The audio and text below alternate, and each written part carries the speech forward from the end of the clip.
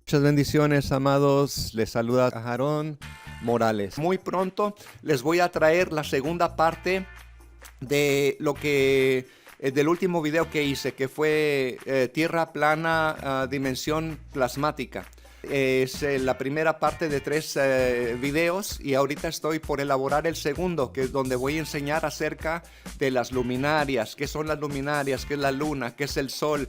Mucha gente piensa que son astros que andan volando y rodando por el espacio, pero nos vamos a certificar, o voy a certificar que eso no es correcto con las escrituras, amados. Así es que estén pendientes y no se olviden de darnos un like y de suscribirse a nuestro canal.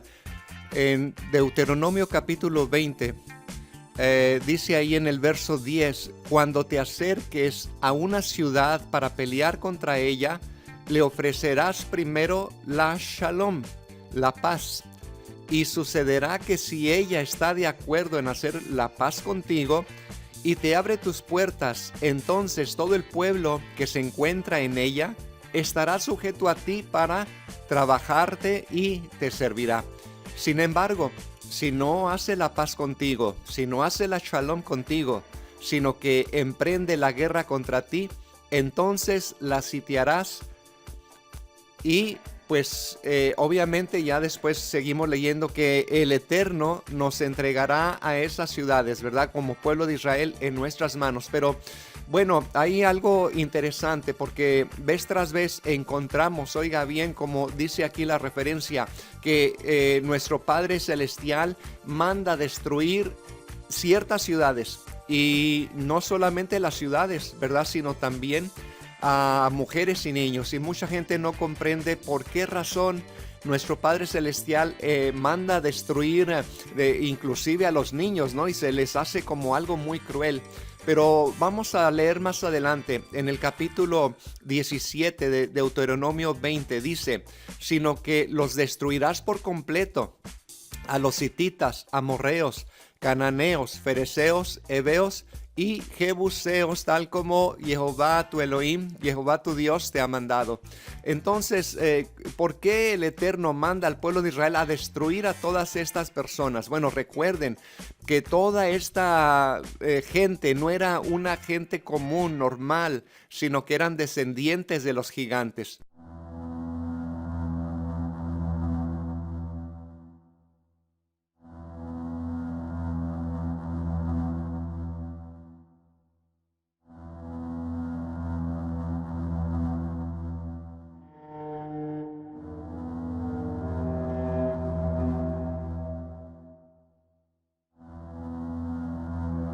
Y bueno, aquí ya vamos a entrar en una cuestión donde no todos creen que había gigantes en el tiempo anterior, ¿verdad? Pero para eso vamos a consultar la Escritura, ¿verdad? Porque la Escritura tiene mucho que enseñarnos, al menos con respecto a esta cuestión. Y vamos a dar lectura, déjenme ver aquí, en Bereshit. Génesis capítulo 6 verso 4, donde dice: y había Nefelim, había titanes, otras traducciones rinden titanes, en la tierra. Había Nefelim en la tierra en aquellos días también, después que se unieron los hijos de Elohim a las hijas de los hombres, y les engendraron hijos. Estos fueron héroes, o sea, valientes, que en la antigüedad fueron varones de renombre. Aquí mucha gente interpreta como que solamente eran gente importante, capitanes de ejércitos y todo eso, pero en realidad la Escritura tiene mucho más que decirnos al respecto. Leemos en Números capítulo 13 verso 33, donde dice: vimos allí también a los gigantes, los hijos de Anac. O sea, ¿quiénes son los descendientes, los hijos de Anac? Los Anunnakis. Son parte de la raza de los gigantes. Recuerden, fueron ángeles caídos que se mezclaron con mujeres y les nacieron gigantes. Entonces, sigue diciendo el texto: y a nosotros nos pareció que éramos como langostas, y así parecíamos también ante los ojos de ellos. Leemos también en Deuteronomio capítulo 2 verso 20, que dice: por tierra de gigantes fue también ella tenida, habitaron en ella gigantes en otro tiempo, a los cuales los amonitas llamaban somsomeos. Y bueno, hace poco hicimos un estudio con relación a todas estas estirpes de gigantes, titanes y Nefelim, y todas estas cuestiones de los descendientes de ellos, por ejemplo, como eran los horreos también, que eran como cavernícolas, eran en otras palabras, no eran seres humanos completamente, sino era una mixtura de ángeles caídos con la raza humana. Entonces, Deuteronomio 9:12 dice: un pueblo grande y alto, los hijos de los anaseos, a quienes conoces y de quienes has oído decir, ¿quién puede resistir ante los hijos de Anac? Ante los Anunnakis. Primera de Samuel 17:51 dice: entonces corrió David y se puso sobre el filisteo, y tomando el cuchillo de él, sacándola de su vaina, lo mató y le cortó con él la cabeza. Y cuando los filisteos vieron su gigante muerto, huyeron.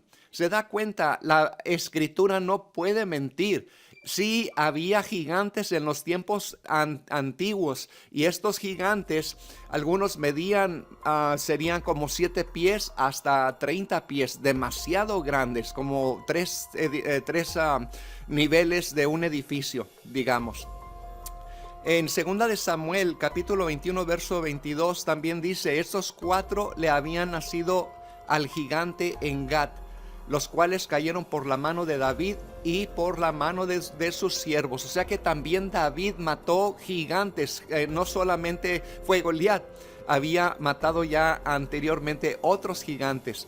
Entonces, amados, es por demás interesante entender que la escritura nos está dando una referencia a que los ángeles caídos vinieron, se metieron con las mujeres, y de ellas, de esa unión salieron los Nefelim, salieron estos titanes, ¿verdad? Por ejemplo, nos damos cuenta que los primeros o la primera generación de titanes fueron, por ejemplo, Crono, Urano, Gea, también Hiperión, Helios, Eos, Selene, Seo, Leto y Asteria, Japeto, Prometeo, Epimeteo, Atlas y Menesio.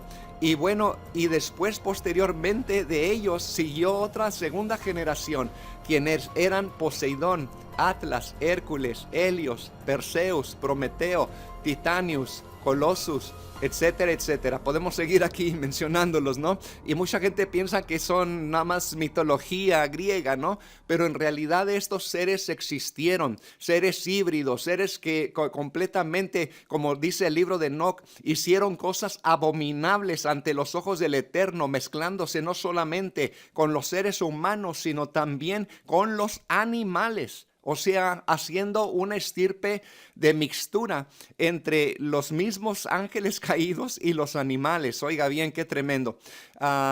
Pues nos damos cuenta entonces, amados, que por eso el Eterno, Dios, manda exterminar a toda esta raza de Nefelim, porque prácticamente ellos no tenían ningún deseo de servir al Eterno o de practicar su bendita Torah, de practicar la palabra del Eterno, los mandamientos que Él había dado. ¿Por qué? Porque estaban en contra. Ellos ya traían esa cuestión de que tenían que hacer lo suyo, gobernar sobre el pueblo de Israel. Inclusive hay textos de la Escritura que dice, y se queja el pueblo de Israel, que dice: ¿no ves cómo esta gente come a tu pueblo como si fueran pan? O sea, se comenzaron a comer a la gente, los gigantes. Y bueno, y es por eso que vino el diluvio, ¿verdad? Por esta abominación que estos Nefelim, estos ángeles caídos habían hecho, mezclarse con la raza humana cuando en realidad ellos no tenían necesidad de hacerlo,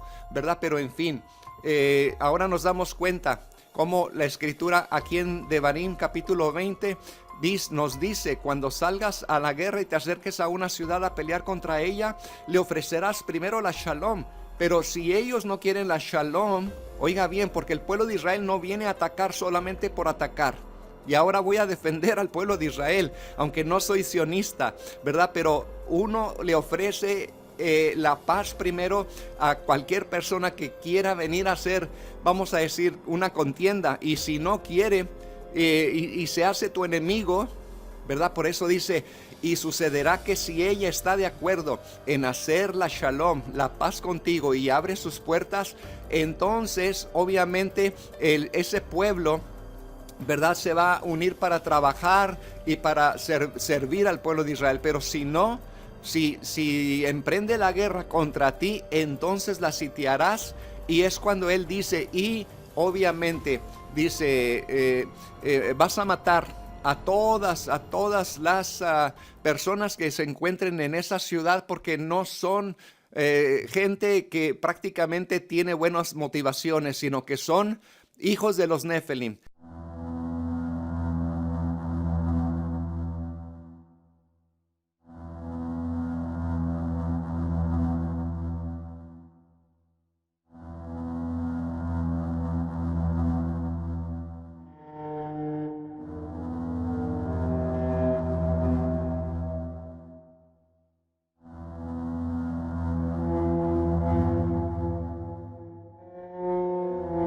Son idólatras, son brujos, son hechiceros, son completamente personas pervertidas. Y es por eso, amados, que se han hecho enemigos, oiga bien, del pueblo de Israel.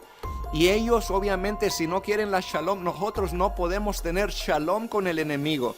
No podemos hacer paces con un pueblo que no quiere hacer paces y que nos quiere destruir a nosotros en primer lugar. Por eso es que el Eterno manda destruir a toda esta estirpe de seres híbridos y de Nefelim que solamente le dan la guerra, le dan dificultades al pueblo de Israel. Muy bien, amados, pues es interesante también cómo leemos también en esta parte de la escritura que nos toca leer en el pacto renovado, donde leemos que en cierta ocasión los Yehudim, los judíos, dice el pacto renovado, el Nuevo Testamento, como llaman algunos, volvieron a tomar piedras para apedrearle.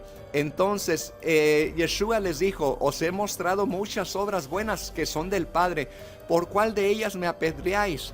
Entonces más adelante él está diciendo, ¿verdad? Inclusive anteriormente a eso reprende a los Prushim, ¿verdad? Y les llama camada de escorpiones, de serpientes. ¿Por qué? Porque ellos provenían del maligno, de todas estas razas híbridas, y ellos no tenían realmente la voluntad de servir al Creador. Usaron solamente una religión para sobreponerse al mismo pueblo, para ponerse al frente, pero no porque realmente ellos quisieran servir al Eterno.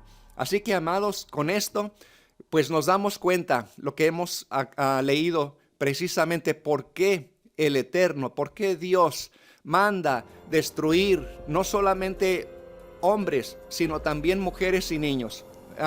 Voy a dar la última ilustración y con esto termino.